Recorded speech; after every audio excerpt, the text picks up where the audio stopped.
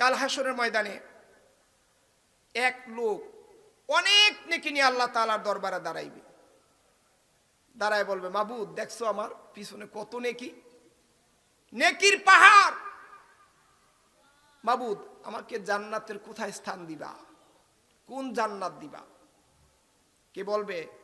নেককার বান্দা অনেক নেকি নিয়ে যাবে। আল্লাহ তাআলা বলবেন, এত নেকি নিয়ে সে কি করতেছে?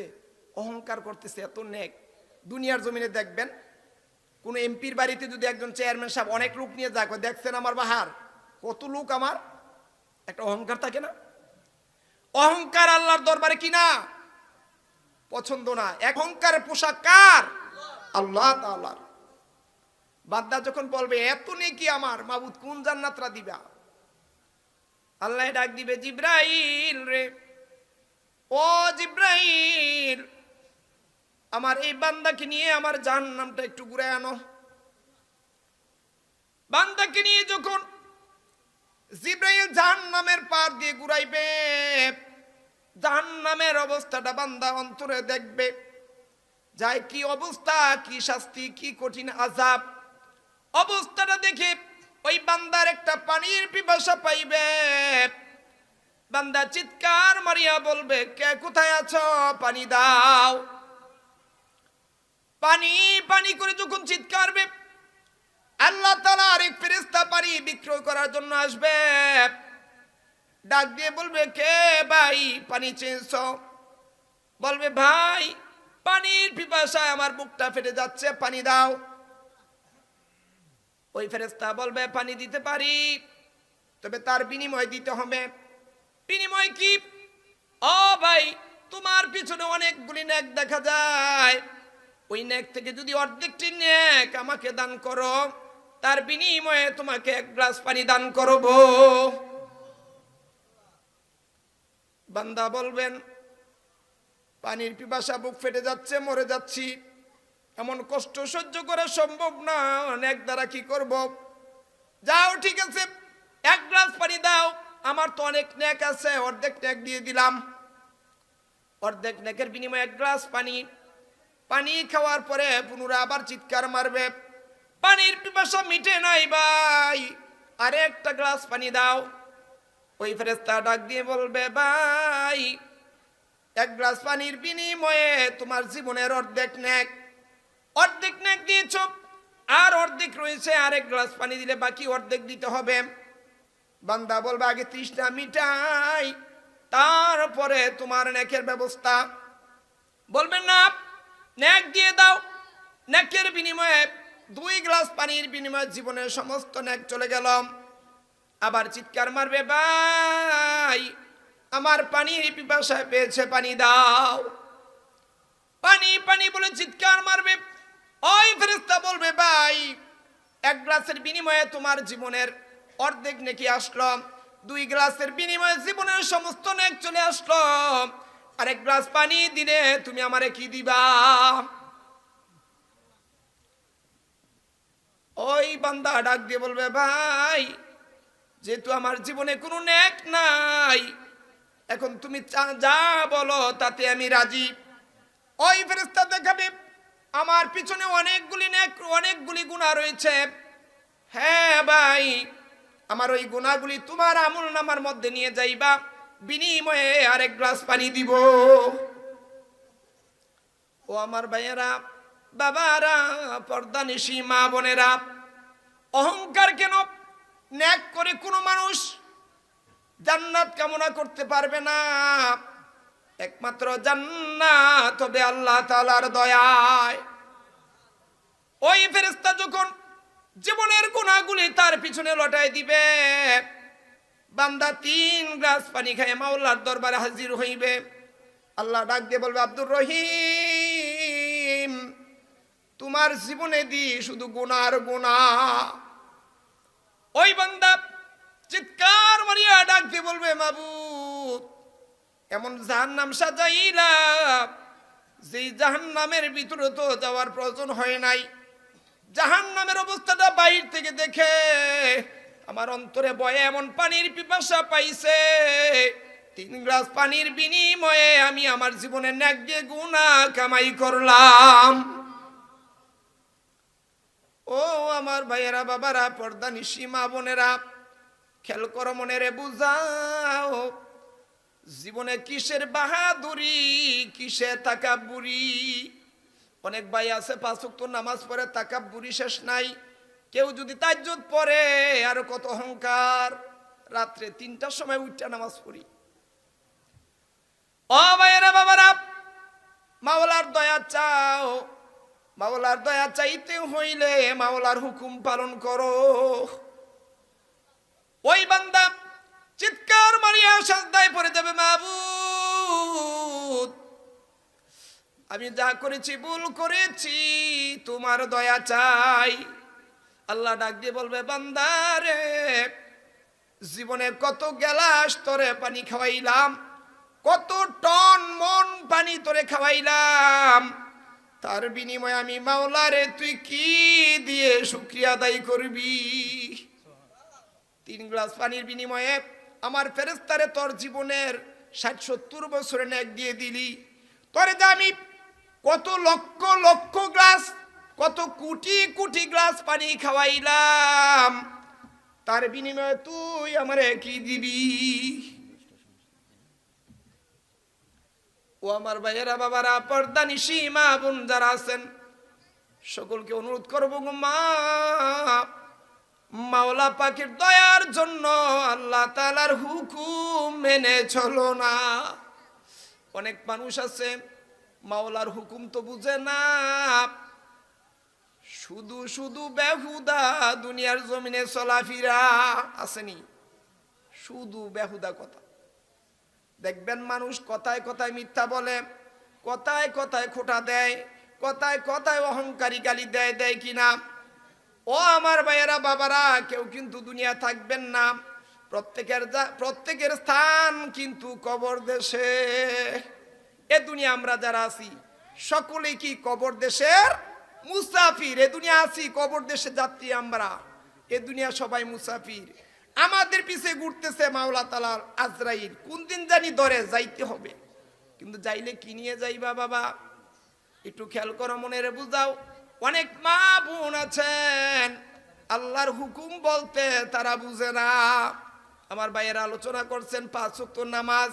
ও বাবা, শুধু 5 ওয়াক্ত নামাজ নয়, নামাজ তো হইল মুসলমানের পোশাক। কি কন? নামাজ কি শুধু ইবাদত? নামাজ তো পোশাক। একজন মানুষ যেমন গায়ে পোশাক ছাড়া থাকা সম্ভব হয় না, মুসলমান হইলে নামাজ ছুটতে, নামাজ তো পড়বা। নামাজের পাশাপাশি আল্লাহর হুকুম কি এটাই শেষ নাকি? এটাই শেষ নয়। আল্লাহ তাআলার হুকুমগুলি খুঁজে খুঁজে জেনে জেনে আমল করতে হবে। আমরা অনেক মানুষ আছি নামাজ শুধু নামাজ নিয়ে বুঝি, আর কিছু বুঝি না। আমি বলছি যে আল্লাহ তাআলার একটা আয়াত আমি তেলাওয়াত করছি আপনাদের মাঝে। আল্লাহ তাআলা কি বলেছেন? ইয়া আইয়ুহাল্লাযীনা আমানু ইসতাঈনু বিস-সাবরি ওয়াস-সালাহ। আল্লাহ তাআলা দুনিয়ার জমিনে কোনো হিন্দু, বৌদ্ধ, ইহুদি, নাসারা, খ্রিস্টান, কোনো মুসলমানকে এমন ভাবে ডাক দেয় নাই। আল্লাহ তাআলা এমন একটা সুন্দর নাম বার করেছে, ও আমার ইমানদারেরা। কাকে ডাক দিয়েছে? যারা আল্লাহর প্রতি বিশ্বাস আছে, যারা সামনে আছেন আল্লাহর প্রতি বিশ্বাস আছে কিনা?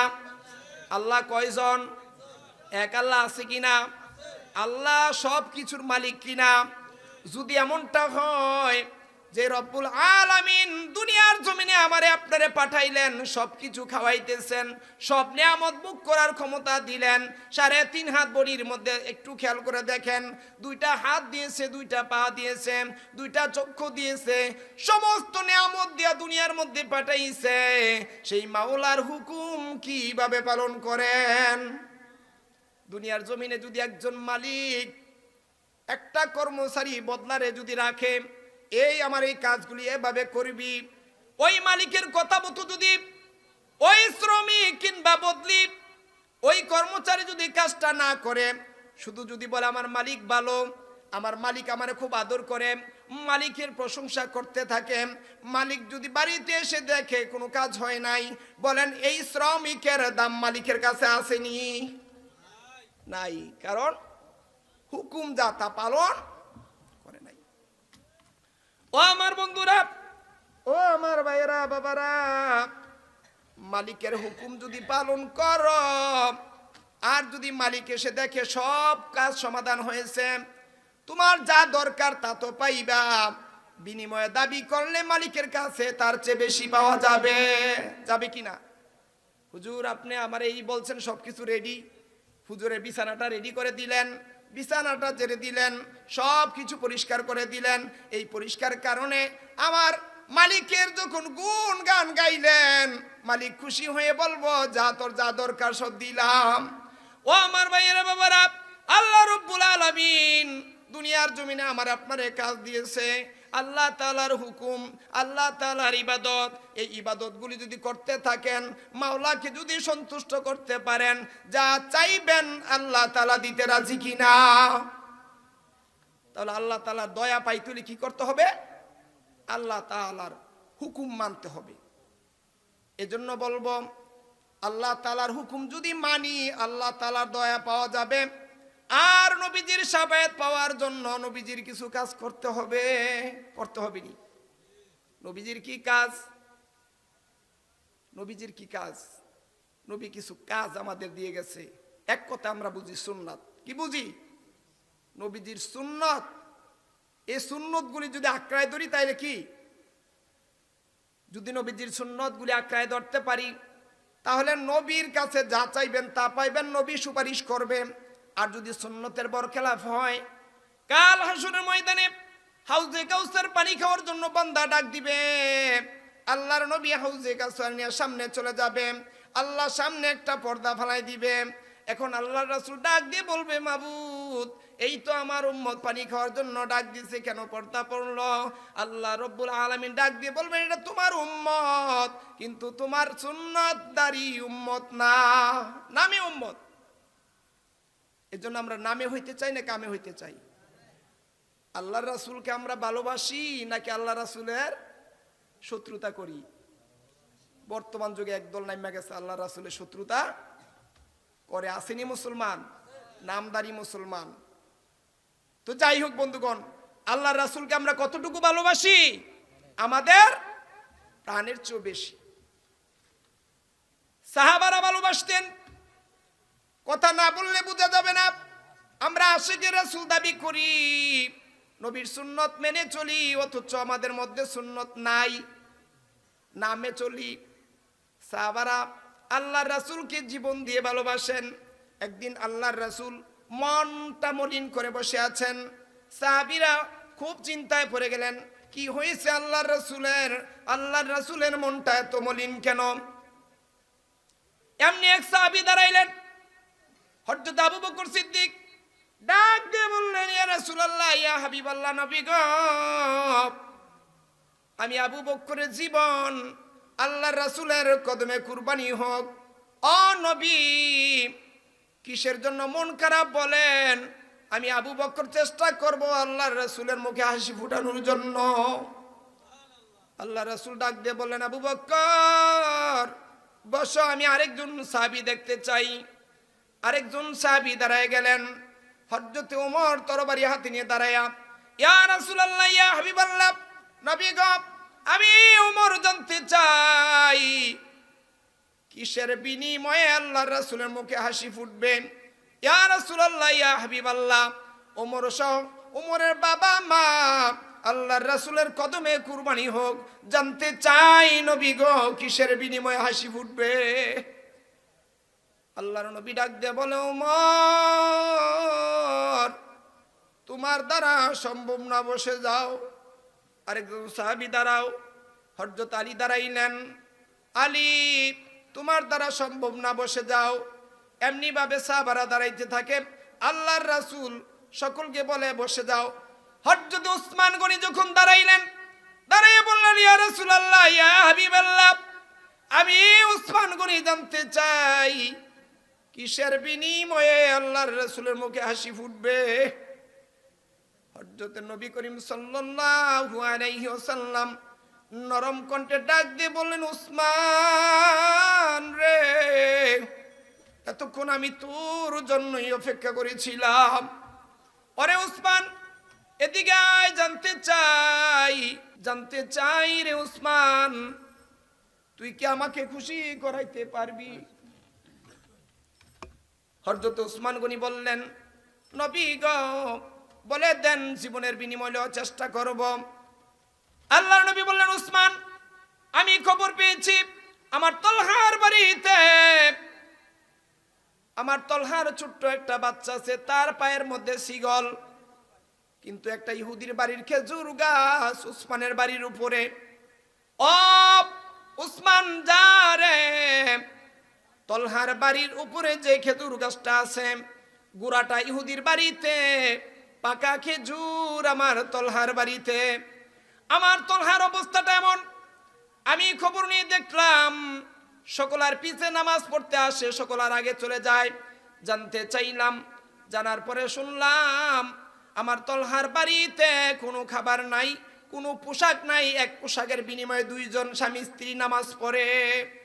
যখন তলহাত তার স্ত্রী গর্তের মধ্যে রাখিয়া দৌড়ে চলে আসে, জামাত পরে দৌড়ে চলে যায়, স্ত্রীকে আবার এই কাপড় পরায় নামাজ পড়ায়। ওই বাচ্চাটার পায়ের মধ্যে শিকল, এই জন্য তার বাড়িতে কোনো খানা নাই। পাকা খেজুর পড়লে ওই তো তলহার সন্তানটাকে ওই রশি দ্বারা টেনে টেনে নিয়ে যায়, অন্যের ইহুদির বাড়ির খেজুর খাওয়ায় না। ও উসমান, যা রে, জীবনের যা লাগে বিনিময়ে ওই খেজুর গাছটা কি তুই কিনে নেয়া আমার তলহাকে দান করবি। উসমান গনি বললেন, ইয়া রাসূলুল্লাহ, ইয়া হাবিবাল্লাহ, ওয়াদা দিলাম, যত লাগে আমি উসমান তা চেষ্টা করব। দৌড়াইয়া ওই ইহুদির বাড়িতে যাইয়া ডাক দিলেন, ইহুদি ভাই, আমি উসমান গনি তোমার বাড়ির ভিক্ষুক এসে গেছি। ও ভাই, আমি জানতে চাই তোমার যে খেজুর গাছটা আছে এটা আমাকে দিবা কিনা? না, দেওয়া যাবে না। টাকার বিনিময়ে বেচবা কিনা? কোন না, টাকার বিনিময়ে বেচবো না। ভাই, খেজুর গাছটা আমার প্রয়োজন, জানতে চাই কিসের বিনিময়ে খেজুর গাছ দিবা? ওই ইহুদি ডাক দিয়ে বললেন, ভাই, আমার একটা খেজুর গাছ দিতে হলে তুমি উসমান গনির একটা খেজুর বাগান দিতে হবে। সংক্ষেপ কথা ভাই, উসমান গনি একটা খেজুর গাছ কিনলেন, একটা খেজুর বাগানের বিনিময়ে তলহাকে দান করলেন। ফিরে আল্লাহর রাসূলের দরবারে গেলেন, গিয়ে ডাক দিয়ে বললেন, নবী গো, একটা খেজুর গাছের বিনিময়ে আমার একটা খেজুর বাগান বিক্রয় করলাম, বিনিময়ে ওই খেজুর গাছটা কিনে তলহাকে দান করলাম। আল্লাহর নবী ডাক দিয়ে বললেন, ও উসমান, শোনো, একটা খেজুর গাছের বিনিময়ে তুমি একটা খেজুর বাগান দিলা, মায়া করলা না। আল্লাহ রাব্বুল আলামিন তোমার জন্য জান্নাতে খেজুর বাগানের ব্যবস্থা করে রেখেছেন।